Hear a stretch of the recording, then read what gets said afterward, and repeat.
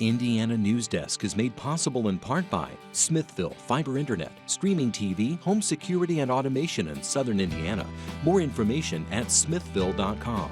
Maller Grodner Attorneys, providing legal services to clients and the community. Understanding, expertise, results. Bloomington and Indianapolis. lawmg.com. IU Alumni Association, connecting IU's network of alumni and sharing the Indiana spirit through scholarships, advocacy, and volunteerism.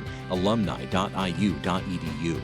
IU Center for Rural Engagement, extending IU Bloomington resources to improve Hoosier lives in partnership with communities and organizations. rural.indiana.edu. And by WTIU members. Thank you. Coming up on Indiana Newsdesk. Bloomington Hospital will move this weekend from its location on 2nd Street, where it has been for the last 75 years. When the emergency room opens here, that is when all the other events get set into motion. We get a behind-the-scenes look at the new IU Health facility on the bypass.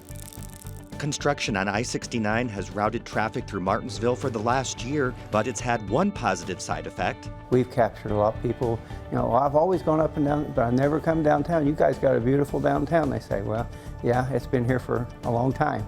You're just now realizing it. The portion of the interstate project through the city is expected to be open by the end of this month. And state lawmakers want to make it easier for businesses to allow employees to opt out of COVID-19 vaccine mandates. Those stories, plus the latest news headlines, right now on Indiana Newsdesk.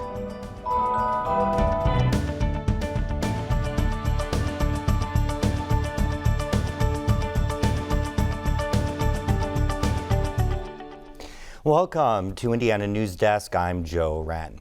Well, after nearly 75 years downtown, staff at IU Health Bloomington Hospital are preparing to move to the facility, a new location on the bypass this weekend.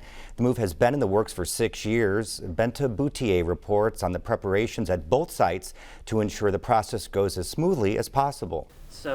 As the president of the hospital's South Central region, Brian Shuckney's days have been consumed with coordinating all the details for this weekend's move. And on Wednesday, unveiling the facility to the public, he says it's been a long time coming. 5 years, it's been a labor of love. He says he's ready for operations to begin at the new building, and the move will help centralize healthcare and improve education for the IU Health School of Medicine. Something that we're looking forward to now that we truly are becoming one academic health center here in this region is what we're able to do going forward. And one of the things that we're able to do here is not only partner with IU and their School of Nursing to expand that program, but from the School of Medicine as well, and bring some additional programs here to this region that have been dreamed about actually for 25 years. The hospital's regional academic health center is a defining characteristic of the new building.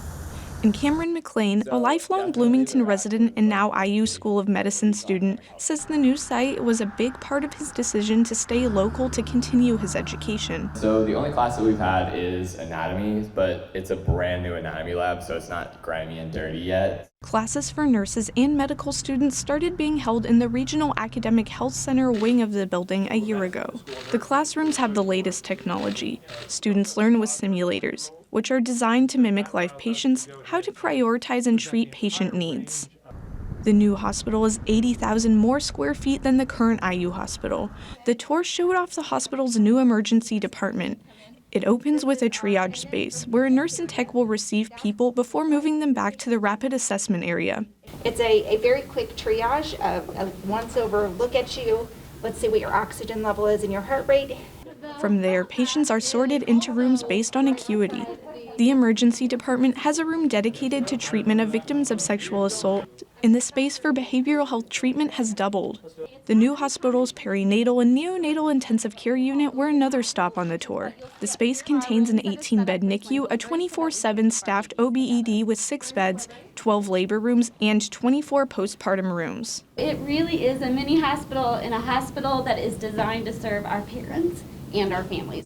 A lot of the preparations to receive patients and staff from the downtown location are already underway, even as the paint is still drying and the rooms are being cleaned.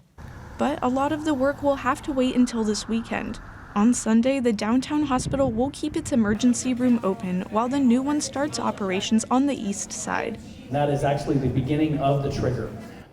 When the emergency room opens here, that is when all the other events get set into motion. Moving will run all day, starting in the early hours of the morning and run until early evening.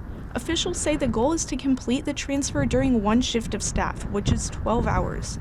IU health officials say all lifeline measures will be available that day to move patients. Shockme is already looking beyond this weekend to the lasting impact the new facility will have on the southern and central Indiana region. We look at the glass, we look at the limestone, we look at all the shiny things in the patient care, but really the foundational element that I believe 10, 20, 30 years from now that this day is going to mark is fulfilling that academic mission.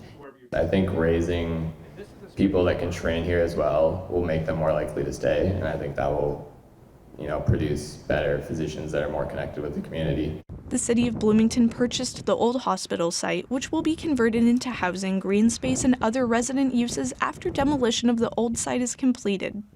For Indiana Newsdesk, I'm Benta Boutier. Well, the latest variant of the COVID-19 virus has been detected in the U.S. almost 2 weeks after the first cases appeared in Europe. The new strain hits as cases of the Delta variant increase in the state.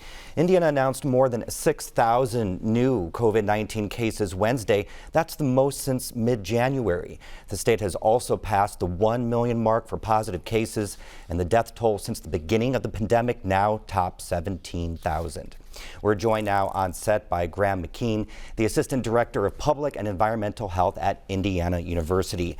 Hello, thank you so much for being here. It's nice to have guests in person and not on Zoom as we've had in the past, but now numbers trending the wrong direction, a new variant. What do we know about Omicron? Well, more unknowns than knowns, of course, but we do know that this particular variant has over 50 mutations, 32 of which are on the spike protein.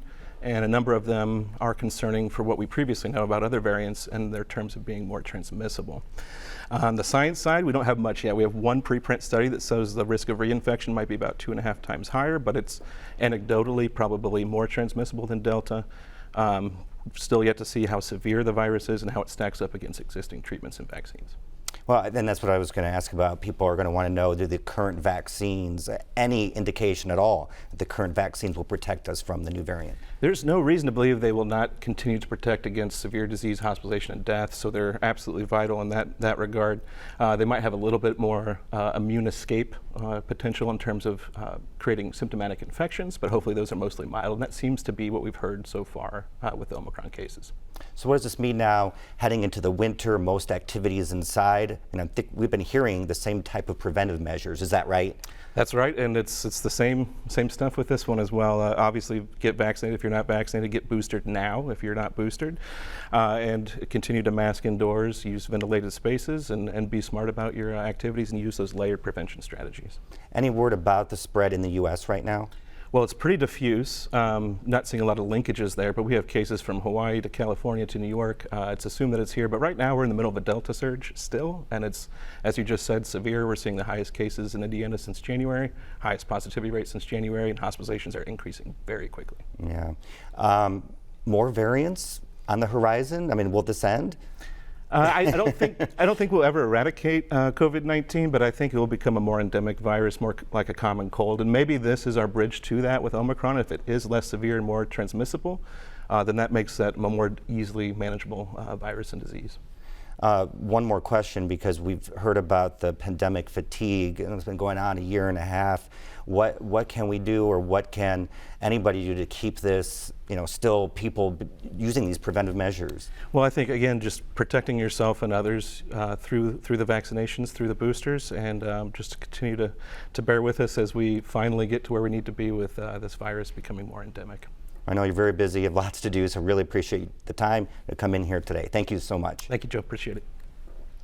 Well, federal courts have temporarily blocked several of President Joe Biden's vaccination requirements, but for now, Indiana employers can still make their own vaccination policies. Indiana Public Broadcasting's Justin Hicks reports some employees objecting to vaccine requirements have filed religious exemptions as a way out, and a new state law might make that even easier to do. Currently, most employers follow guidance from the Equal Employment Opportunity Commission. It says for just about any work requirement, companies should be open to making religious accommodations. But that process is supposed to be an interactive conversation, not an order from the employee. Navigating those conversations under federal law can be tricky. If not handled the right way, the EEOC could impose stiff penalties for discrimination. Rigel Oliveri, law professor at the University of Missouri, says there are still reasons employers could refuse religious exemptions for COVID-19 vaccines. First of all, the accommodation must be reasonable, and it must not create undue hardship on the conduct of the employer's business. Undue hardship is typically measured in terms of cost. So if a company can prove an exemption significantly affects their bottom line, it can get thrown out. Another reason, the EEOC says religious accommodations can be refused if they get in the way of workplace safety. So I can clearly see many employers now saying, I can't grant this exemption because it will cost too much if we have to be quarantining, if it causes us to have to close down or it causes people to have to wear PPE. So, right away, you can see the potential cost to the businesses are very likely to justify any refusal to grant an exemption. Now, on top of those rules, add a new layer of complexity for employers. Indiana Republican lawmakers have signaled they want to have state laws on employers and vaccines. A recent bill would force all employers to grant religious exemptions. Christopher Schrader handles government affairs for the Indiana Society of Human Resource Management. He says the way that the draft is currently worded could remove an employer's ability to refuse exemptions or even ask questions to determine how it could affect the workplace. This is them trying to navigate around a lot of stuff. And so I'm not willing to step out and say they took it out. I mean, this is a working paper. This is the roughest of rough drafts. At best, it's statement of intent. Schrader says there's a lot to juggle between proposed action from state lawmakers in January and a federal vaccine or test rule hanging in legal limbo. He's most worried for companies that don't have strong human resource teams or even none at all. It does take more than a little experience and practice knowledge to successfully navigate what is on one side a highly politicized issue, which is also a medical issue, which is now going to get dragged into the religious realms. Skilled HR will handle it, and the other folks will step on landmines. As state and federal rules around vaccines and exemptions seem poised to change, his best advice to human resource workers trying to make sense of it all is simple. Stay tuned and stay prepared. For Indiana Public Broadcasting, I'm Justin Hicks. While the legislature works to curtail vaccine mandates, Governor Eric Holcomb this week signed the 21st month-long extension of the state's public health emergency. Holcomb's emergency order says about 95% of recent COVID-19 hospitalizations and 75% of deaths in the state involved unvaccinated people, and stated that, quote, the virus remains a threat to the health, safety, and welfare of all residents of Indiana. The executive order contains a handful of administrative actions, but no business or crowd restrictions. Coming up next on Indiana Newsdesk. I-69 construction has made driving through Martinsville difficult at times. Ahead, we look at the impact on the city and where the project stands. And the Nutcracker Ballet is back at IU after last year's performances were canceled, and it's just in time for its longtime choreographer. These stories and more right here on Indiana Newsdesk. Wake up. Wake up to the world. To the marvels. The mayhem. The music. Wake up to the wows. The woes. The wonder. Wake up to the commotion. To the beauty. To the humanity. To the hope. Wake up every morning, fully awake. NPR Morning Edition. Tune in to your local station or download the NPR app. Welcome to Amanpour on PBS. I'm Christiane Amanpour in London, giving you the global view. I've covered the world for nearly 3 decades, and I'm dedicated to bringing you all the facts. Please join me for conversations with newsmakers, world leaders. Good to be with you, Christiane. Artists and writers, the people who define, change, and challenge our world. That's Amanpour on PBS.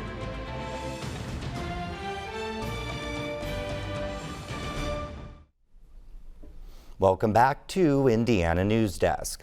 Bloomington Fire Department personnel will offer finger prick blood testing Saturday for any resident concerned about elevated lead levels after the November 5th controlled burn on South High Street.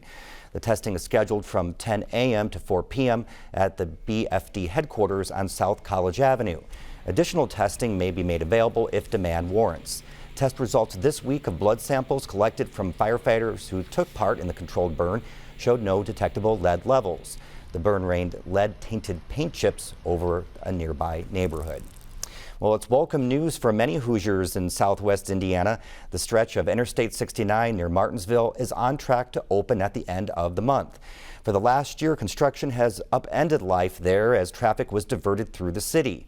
Mitch Legan reports on the project's timeline and why city leaders say there's a lot to look forward to in the future. I-69 construction has led to thousands of new commuters traveling through downtown Martinsville.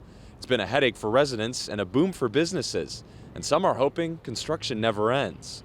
$25.92. The Martinsville Candy Kitchen is famous for its handmade candy canes. Every holiday season, Hoosiers from all over the state flock to John Badger's shop for the famous Christmas treat. Oh, this is peppermint and wintergreen. Saturday we made 900 candy canes. Friday night we made 800 on Friday night.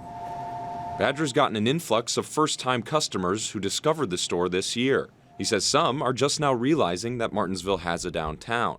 He and other business owners on the town square credit the new shoppers to I-69 construction. They said they thought they might be done at the end of November. I said, well, I hope not. Christmas is our time, and I wanted to keep the people coming through Martinsville so that they could see what we did have. In January, the Indiana Department of Transportation began the final stretch of converting State Road 37 into Interstate 69. Construction of the last phase is divided into two parts. There's a 5-mile stretch through Martinsville that's almost complete, and then the remaining stretch north of Martinsville all the way to 465 in Indianapolis. When that's complete, Evansville and Indianapolis will finally be connected by an interstate highway. To finish the project quicker, INDOT completely closed off the stretch of 37 near Martinsville and diverted traffic through the city to State Road 39. Implementing the full closure in Martinsville is saving an entire year of construction for the I-69 project, specifically there in Martinsville. Mayor Kenny Costin knew the traffic change would be a pain, and it was. There were accidents and way more traffic. Earlier this week, he helped out a truck driver who got turned around looking for I-69. I said, if you get that rig downtown, you're going to tear down our lights and you're going to cause all kinds of trouble. So please just follow me and let me get you out of town. And residents and commuters had to deal with major backups as people got on or off the 39 detour. Impatient drivers discovered you could get past the closure if you went through Martinsville's downtown. The Chamber of Commerce says it's been great for business. But as it's worked out, the amount of traffic that's come through has opened a lot of people's eyes to Martinsville. Most of the people that have come through in this last year were people that went up and down 37 but didn't know how great of a downtown we have. Just this last week, I had people from Franklin, from Bedford, from Zionsville. It's like, well, we drove through here on our way to Bloomington last week, but this week we came back just to shop. Not every shop in town has benefited, though. Lack of traffic on 37 has meant a lack of customers for businesses located past the closure. I think it's been devastating because there used to be a stoplight right there on 37. So that's something we have to look at on signage after we get open, is how to direct the people that are strictly going to be on 69. When the section of I-69 through Martinsville opens, it won't be entirely finished. INDOT says people will be able to drive on the road, but travelers can expect restrictions as crews finish detail work. There could be some lane closures possible, as we complete, possibly final striping, adjustments to cable barrier, guardrail, things like that. Garrett says the extra work will likely last until summer.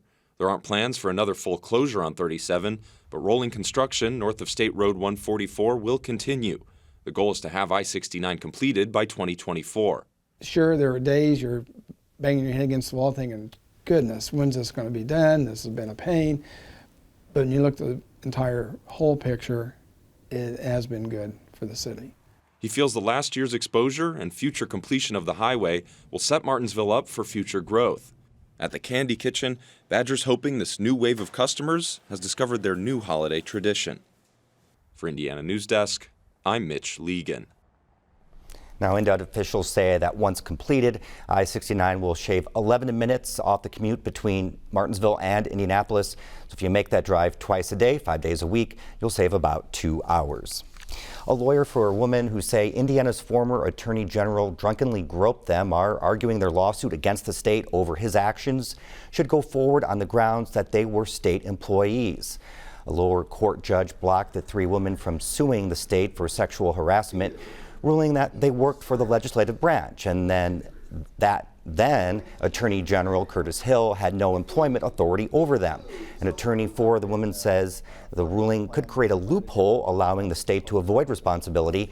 The state's attorney argues courts have long held that Indiana House and Senate officials have the direct authority to hire and fire employees.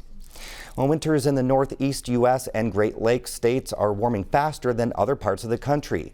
According to the independent researching and reporting collaboration Climate Central, Indiana's average winter temperatures have risen by more than 5 degrees since 1970. Indiana Public Broadcasting's Rebecca Thiel has this report. Warmer winters can shorten the chilling time apple trees need to produce fruit for the next season. Erin Sterling and her family own Anderson Orchard in central Indiana. She says while they haven't noticed that, there's another reason they're losing apples. We've had those cold snaps right after bloom, or when we're in bloom, and that kills the apple flowers and apple blossoms, apple buds. And that's happened 3 years in a row. Warmer winters can cause fruit trees to bloom early, so they're more vulnerable to spring frosts. Experts with the Purdue Climate Change Research Center say by late this century we'll probably get half as much snow as in the past. If that precipitation becomes rain instead, that could mean more flooding in the winter. And we see the water going into the creeks more quickly and the potential for them to rise faster and have downstream consequences. For Indiana Public Broadcasting, I'm Rebecca Thiel. Though the U.S. is expected to have some colder days this winter, overall, the winter season is warmer than it was 50 years ago. Bloomington is prohibiting pet stores from selling dogs and cats. The council unanimously approved the measure this week. It will take effect in January of 2023. The new law will directly impact Anthony's Pets in College Mall and Delilah's Pet Shop on West 3rd Street. For each violation, the Animal Care and Control Department could fine shops $500. Council says the legislation is an attempt to eliminate puppy mill customers. Holiday light displays are going up as the countdown to Christmas begins. Bloomington lit up its downtown square the day after Thanksgiving. The celebration was canceled last year because of COVID. Hundreds of people who crowded the square were eager to see the Canopy of Lights tradition continue. I just think seeing the lights on at the courthouse and everything, I mean, this is our county courthouse, you know. This is what started Bloomington, Indiana, right here. Just the beautiful lights of it. The Canopy of Lights celebration dates back to 1986. The lights will be up on the square through the new year. And Indiana University's Nutcracker Ballet is returning just in time for one more performance by its longtime choreographer. Michael Vernon is the former chair of the ballet department and has been working on the annual holiday tradition since 2007. By the way, you know, when you come on, you should be looking at the audience. Don't look at him because all the audience will see is this. So as you come on, you want to show them your face. Your lovely face. He says although the production is like years past, he has to work with the new class of IU dancers. Basically, it's to accommodate the fact that not every step is suitable for every dancer. So it's really an artistic decision. Vernon says after a year off due to the pandemic, a renewed sense of energy surrounds this year's production. The show includes about 60 children from the school's pre-college program, 62 dancers, and 70 orchestra members, not to mention the production crew and faculty. Stay on balance, and now go. Don't be late. 5, 6. Yes, Colin, lovely. Good, Alexis. Okay, let's go, good. Vernon says he's not planning to retire yet. It's just time for Bloomington to have a new Nutcracker. Things have to develop in the ballet world. We can't always be so traditional. So I'm interested to see what's going to come in the future. And I think that's how the art form lives. It's puffy, right? Yeah. I know, and it's so hard with the masks. It is a little fast. Yes, I know. The Nutcracker Ballet runs through the weekend at the Musical Arts Center. Now, there might be a few tickets left, but if you can't get tickets, you can watch a live stream of the production from the Jacobs School of Music at IU Music Live website. Well, that's the end of this program, but our work continues online as we cover the news throughout the week at WTIUnews.org. Have a great weekend.